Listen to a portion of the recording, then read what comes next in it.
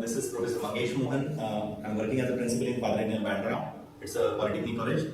The thought of study abroad came to my mind in the month of September, August, September. We were very much serious about getting into any of the NITs, not JW, not IITs. But then let's say he changed my thought process, provoking me to go for study abroad, and he informed me about the kind of universities and the kind of education system, let's say what US has got. So when I asked my wife, that time let's say we were a bit skeptical earlier, but then let's say when I asked Gaurang, what is your choice? That time he said, let's say I want to give it a try. And I told him, let's say I can take a risk of, let's say 1 lakh or 2 lakh rupees, wherein I will spend some money for training purpose.